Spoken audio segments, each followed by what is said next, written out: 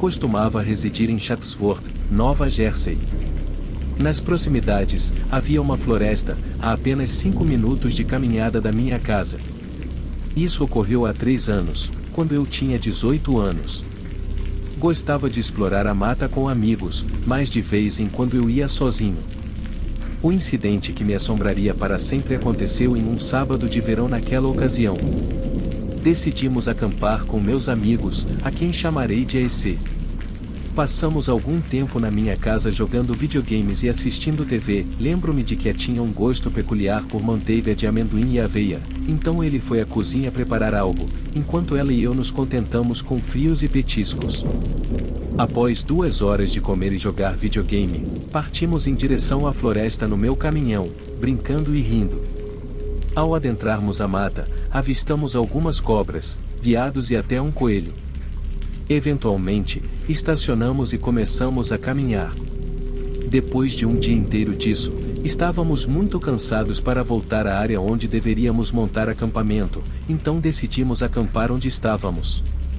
Cada um de nós tinha sua própria barraca, então decidi montar a minha em uma pequena clareira perto de um riacho, a apenas 1 minuto de distância de EC, então não estava preocupado. Antes de dormirmos, nos reunimos em volta da fogueira contando piadas e comendo besteiras. À 1 da manhã, finalmente ficamos cansados o suficiente para irmos para a cama. Eu gostaria de ter mantido o mesmo bom humor, mas o destino tinha outros planos.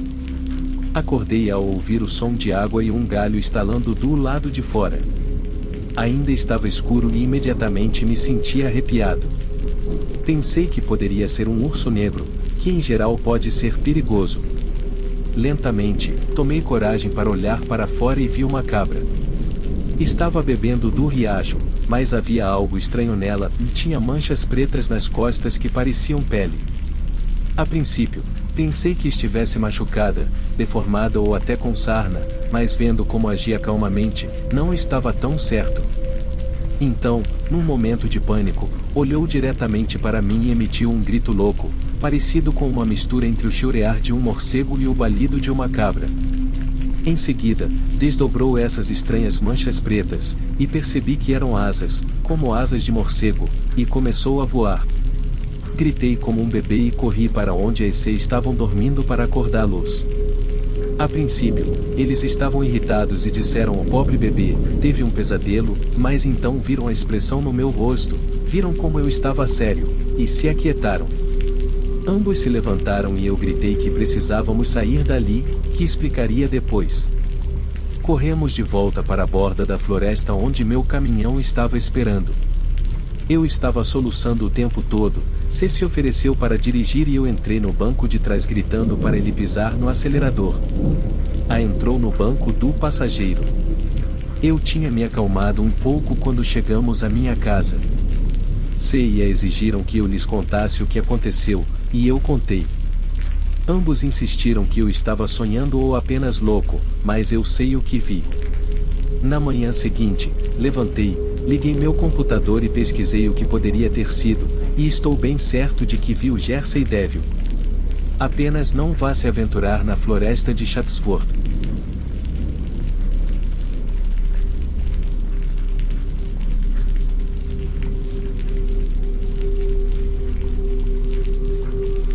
Eu tenho 24 anos e fiz uma viagem para a floresta amazônica, no Brasil, há 4 anos.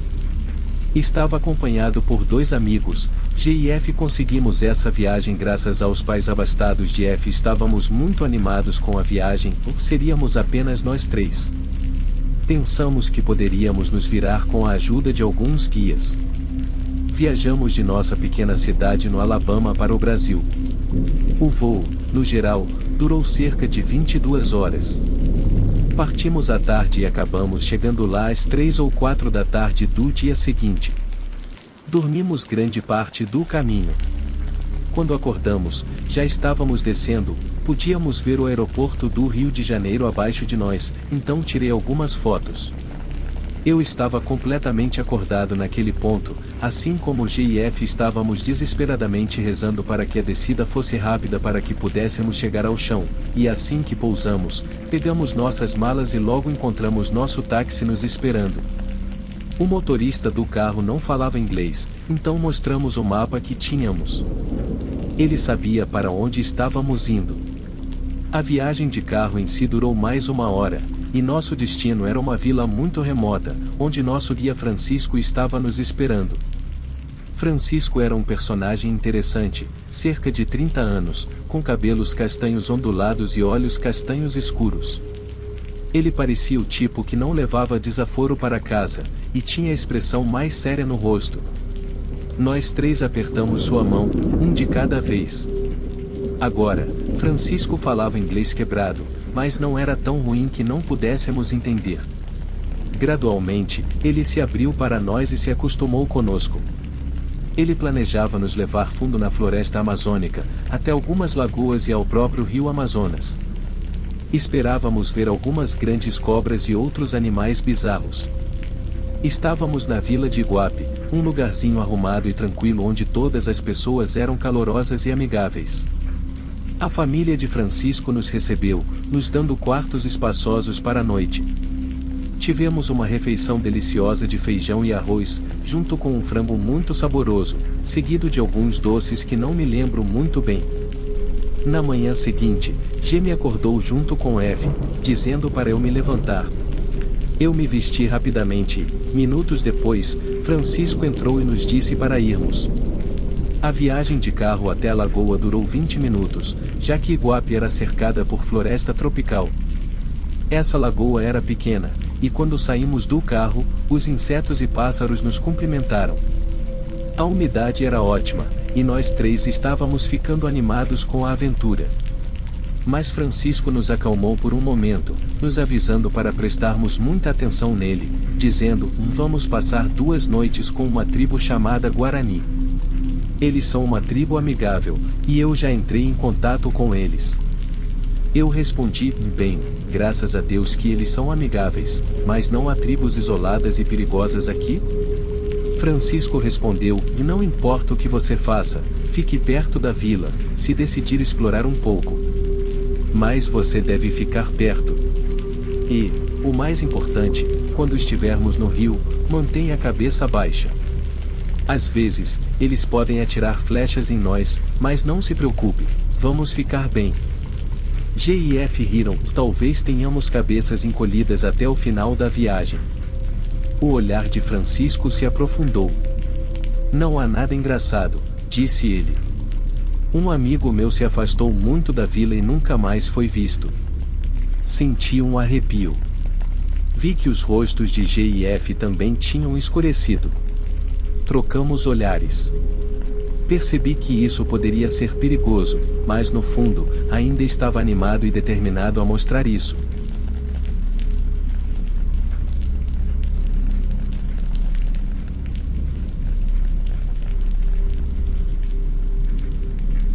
Quando chegamos à aldeia dos Guarani, ficamos surpresos com a aparência deles. Eles tinham tatuagens e anéis no nariz, alguns usavam máscaras. O líder, cujo nome acho que era Gulon ou algo assim, apertou nossas mãos de forma desajeitada enquanto ele e Francisco conversavam em sua língua nativa. Chegamos ao barco e, logo, estávamos navegando pelo rio Amazonas. A paisagem era incrível, até vimos uma onça nos encarando por entre algumas árvores. Vimos jacarés nadando na água. Alguns minutos depois, Francisco apontou para a água, e quase deixamos cair nossas câmeras. Uma anaconda maciça estava deslizando pela água. Estávamos chocados. Tínhamos visto os principais predadores da Amazônia em menos de 20 minutos. Este lugar realmente era tão selvagem quanto você imagina. Essa cobra em particular devia ter mais de 20 pés de comprimento, talvez 25, e pesava facilmente 200 libras. Lentamente, ela afundou na água, e tudo começou a dar errado. Francisco começou a dizer: isso não pode ser possível. Vimos apenas os animais perigosos. Não estávamos realmente certos do que ele estava falando, era floresta tropical, haveria muitos mais animais para ver, certo? Mas Francisco parecia assustado de repente, aterrorizado até. Ele começou a tentar virar o barco, e F começou a fumar, pois nós três não estávamos prontos para sair dali. Mas Francisco de repente pulou nele, colocando a mão sobre a boca de F. Francisco sussurrou: silêncio, garoto. Estes são sinais da selva. Há algo perigoso aqui. A maneira como ele disse isso me fez acreditar nele. G deve ter concordado comigo, pois F se acalmou, mas estava respirando pesadamente. Ele parecia irritado ainda, vendo Francisco agir assim. Eu comecei a querer voltar por conta própria. Eu queria me divertir, e agora era o oposto disso. Enquanto eu pensava nisso, percebi algo que não havia percebido antes, e a floresta ao nosso redor ficou quieta. G e F já tinham percebido isso, eles estavam olhando ao redor. Francisco, por alguma razão, estava respirando pesadamente. De repente, bem da floresta, ouvimos a voz do líder dos Guarani que acabáramos de conhecer. Mas isso não podia ser possível. Eles só tinham um barco, que estávamos pegando emprestado, e estávamos definitivamente a uma boa 5 milhas da vila agora. A voz falava em inglês: Francisco, vem aqui. Estamos indo para salvá-lo. É perigoso na água. Nossos nomes foram ditos imediatamente depois. Não podia ter sido o mesmo homem, porque o líder deles não falava inglês quando o conhecemos. Mas eu sabia que era a voz dele, rouca e áspera como o líder, além de ele rolar os R ao falar. A voz parecia ecoar ao nosso redor, e Francisco tentou desesperadamente virar o barco, mas estava preso. Não podíamos nos mover de onde estávamos. Eu estava quase chorando nesse ponto, estávamos longe da vila, não tínhamos rádios conosco, e nossos celulares não tinham sinal aqui. E, pior de tudo, poderia haver tribos aqui que poderiam nos machucar ou até mesmo nos matar. Francisco, o que está acontecendo? Perguntou F. A resposta de Francisco foi quase sussurrada: Velma Pinguari. Eu gaguejei: bem, o que é isso? Claramente, algo não queria que estivéssemos aqui, e isso poderia ser perigoso. Algo como seu pé grande, disse Francisco, agachando-se mais no barco. Eu sabia sobre a lenda do pé grande, quem não ouviu falar? Mas nunca ouvi histórias deles fazendo vozes humanas. Francisco sussurrou, explicando que os Mapinguari odiavam quando pessoas estavam em seu território, que éramos vistos como estranhos e eles nos matariam se nos pegassem. Aparentemente, esses Mapinguari podiam ter até 3 metros de altura, e os nativos aqui eram conhecidos por orar a eles. De repente, houve um grande splash na água. Todos nós nos viramos para o som. Lá eu vi a coisa mais perturbadora que já vi, uma espécie de coisa feia e maciça estava atravessando a água. Era realmente semelhante ao que você imaginaria que o pé grande americano fosse, mas, em vez de 2 olhos, tinha apenas um grande e ameaçador. Também havia 2 grandes coisas saindo de sua boca, que pareciam ter cerca de 10 centímetros de comprimento. Seus braços eram enormes, se eles te agarrassem, poderiam te rasgar ao meio com facilidade. Essa grande e horrível coisa estava vindo direto para nós. G estava chorando e D estava gritando com Francisco, que tentava freneticamente fazer o barco virar para sair dali. A criatura estava nadando em direção ao barco, gritando de uma maneira não natural. Nada deste mundo poderia fazer um som como aquele. Quando ela chegou a 3 metros do barco, afundou sob a água. Eu estava certo de que ia morrer naquele momento, comecei a chorar e gritar também. Então, com um golpe de sorte, o barco ligou e nós saímos dali no último segundo. Viramos e vimos a criatura emergindo debaixo d'água, gritando. De volta à vila, Francisco mal falou. Ele nos colocou em um dos quartos, e ficamos quietos. Quando o táxi chegou, Francisco praticamente nos empurrou para dentro do carro. Fomos embora, jurando nunca mais voltar. Ficamos no Rio de Janeiro pelo resto da viagem, e, quando voltamos para casa, ainda estávamos abalados. Contamos às nossas famílias que a viagem foi incrível. Isso era verdade, mas não era totalmente positivo. Essa viagem nos assombrará pelo resto de nossas vidas. Qualquer que seja a sua decisão, se você planeja ir para a floresta amazônica no Brasil, tenha cuidado e saiba o que pode estar lá fora.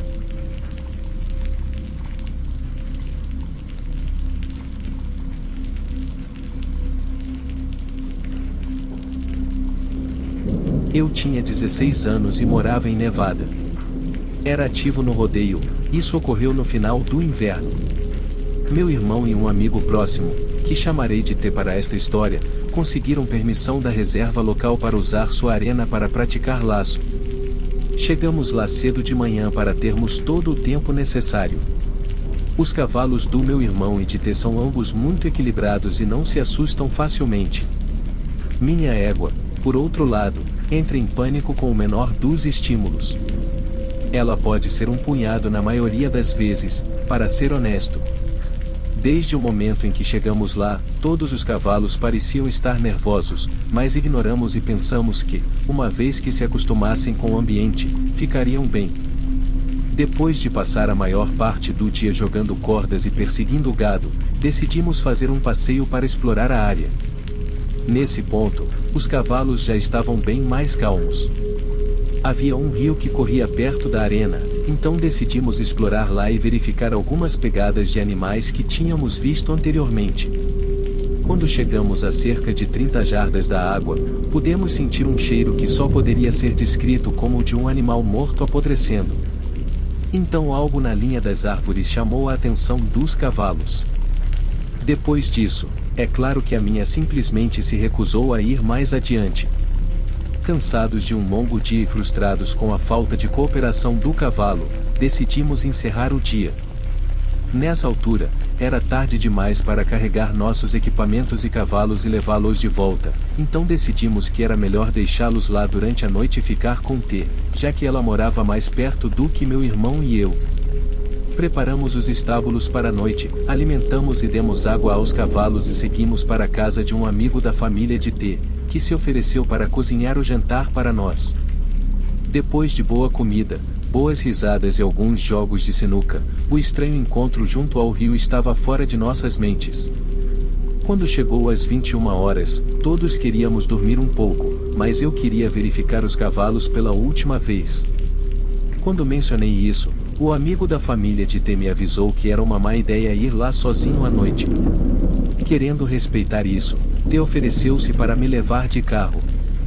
Entramos no caminhão e voltamos para a arena, que ficava apenas a meia milha de distância, mas as estradas estavam muito geladas, então tivemos que dirigir mais devagar do que eu gostaria. Antes de cruzar a ponte que passava sobre o rio, um sentimento de terror me atingiu como uma tonelada de tijolos. Olhei para fora da janela apenas para ser recebido por esses olhos amarelos brilhantes. Eles são difíceis de descrever, tudo o que sei é que não havia luz suficiente para fazê-los brilhar assim. Normalmente, sou uma pessoa muito racional, mas algo em meu instinto me dizia que isso estava errado. Foi então que T se virou para mim e perguntou se eu sentia aquele cheiro horrível, que eu nem tinha percebido até ela mencionar. Quando não respondi, ela olhou para mim e seguiu meu olhar, vendo o mesmo olhar amarelo amplo em que eu estava fixado. Ambos estávamos aterrorizados, sem saber o que era aquela coisa que nos olhava, porque de onde estávamos e deveria ter tido pelo menos 2,5 metros, não havia animais nessas partes que fossem tão grandes. Finalmente, recobrei a consciência e pisei no acelerador.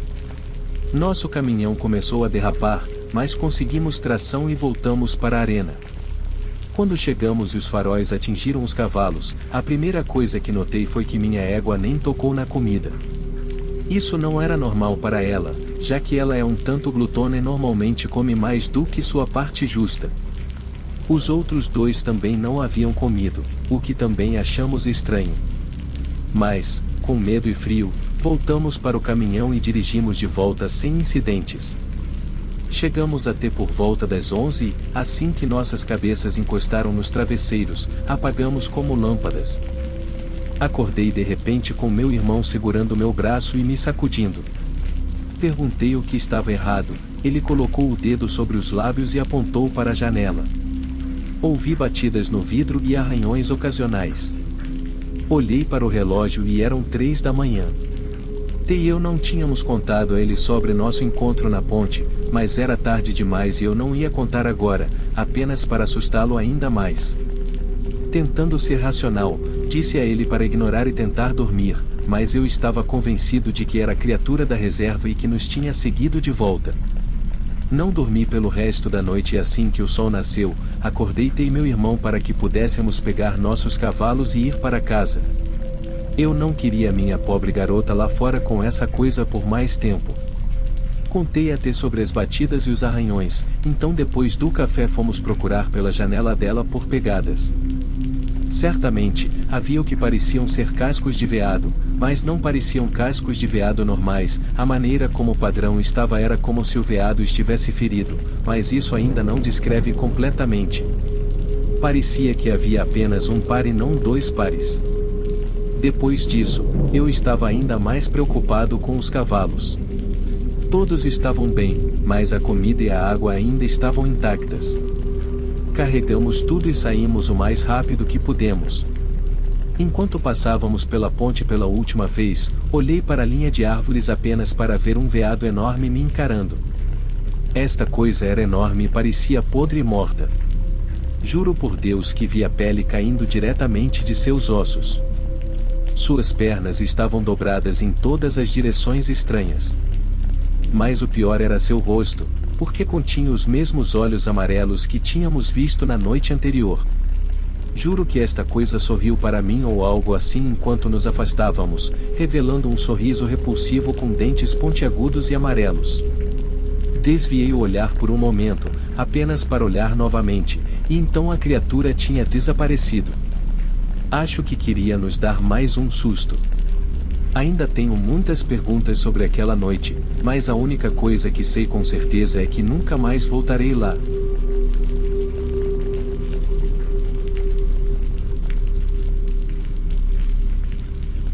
Um pouco de contexto antes, Oregon é o lar de milhares de estradas de madeireiras abandonadas. Quase metade do estado é coberta por florestas e cerca de 80% é considerada terra de madeira pelo Bureau de Gestão de Terras. Eu me mudei para cá aos 16 anos. Meus pais se divorciaram, então decidi me mudar para o sul de Oregon para viver com meu pai biológico. Cresci em várias partes do centro e sul da Califórnia, então a densa e exuberante paisagem do sul de Oregon era uma novidade para mim. É incrivelmente bonito aqui. Morávamos em uma pequena casa de 2 quartos no meio de uma propriedade de 65 acres. A propriedade fazia divisa com a Floresta Nacional de Siskiyou. Era necessário dirigir cerca de 10 minutos por uma estrada de terra estreita e densa para encontrar nossa entrada. Os proprietários eram um adorável casal de idosos que viveram na área durante toda a vida. Eles moravam em uma grande casa no início da propriedade. O senhor idoso nos disse que éramos livres para caçar e explorar suas terras quanto quiséssemos, apenas pedindo para não irmos na estrada de madeireira bloqueada que levava até a grande montanha a oeste. Concordamos alegremente, sem ver a necessidade de fazer tal coisa. Esta é a minha experiência. Eu estava morando com meu pai há cerca de 2 meses nesse ponto. Lembro-me de estar fora da escola no fim de semana e eu adorava os fins de semana.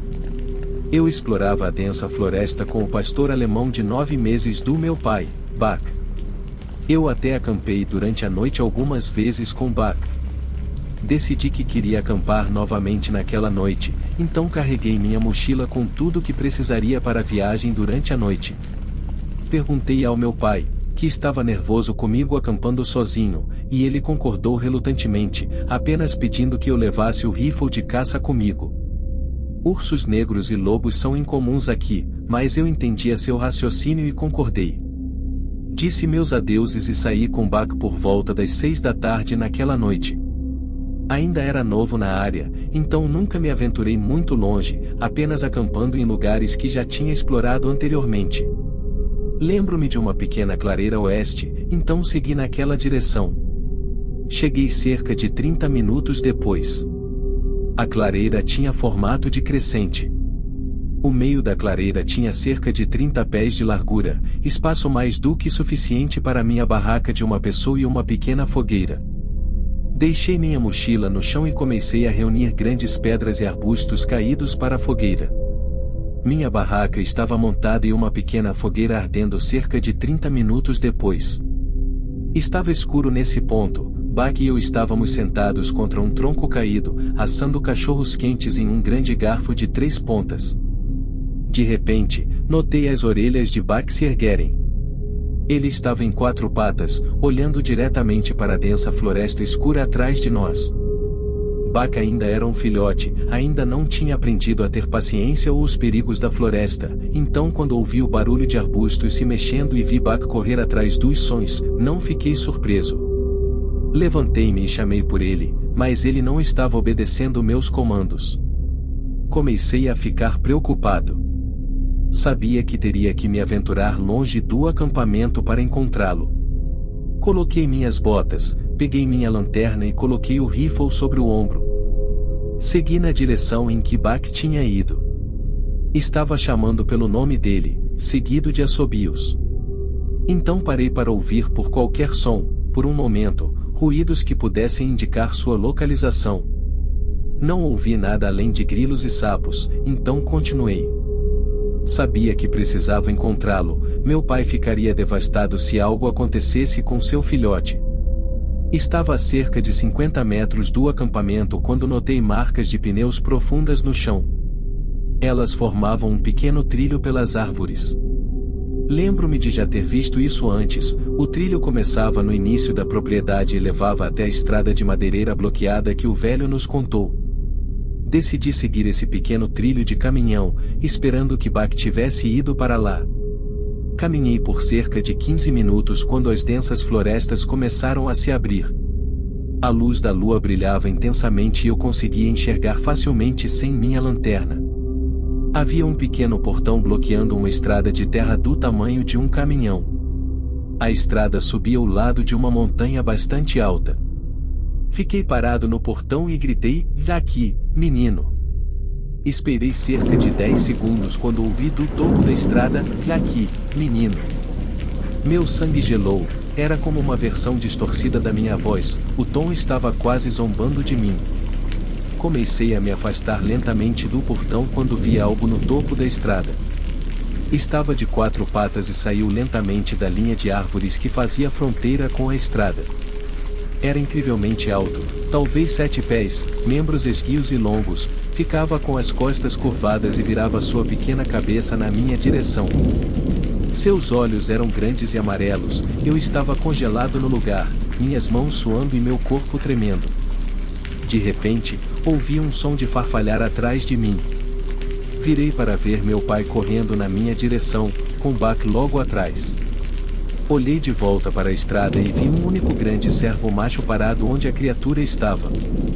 Estava apenas nos olhando, aqueles olhos amarelos tão familiares encarando de volta para mim. Perguntei ao meu pai se ele viu aquilo. Ele olhou para cima na estrada e disse, "Sim, é um belo veado, talvez voltemos amanhã e o rastreemos." Ele não tinha visto a criatura. Voltamos ao meu acampamento. Decidi não contar a ele o que aconteceu. Meu pai é do tipo que não gosta de bobagens e eu sabia que ele não acreditaria em mim. Perguntei como ele me encontrou.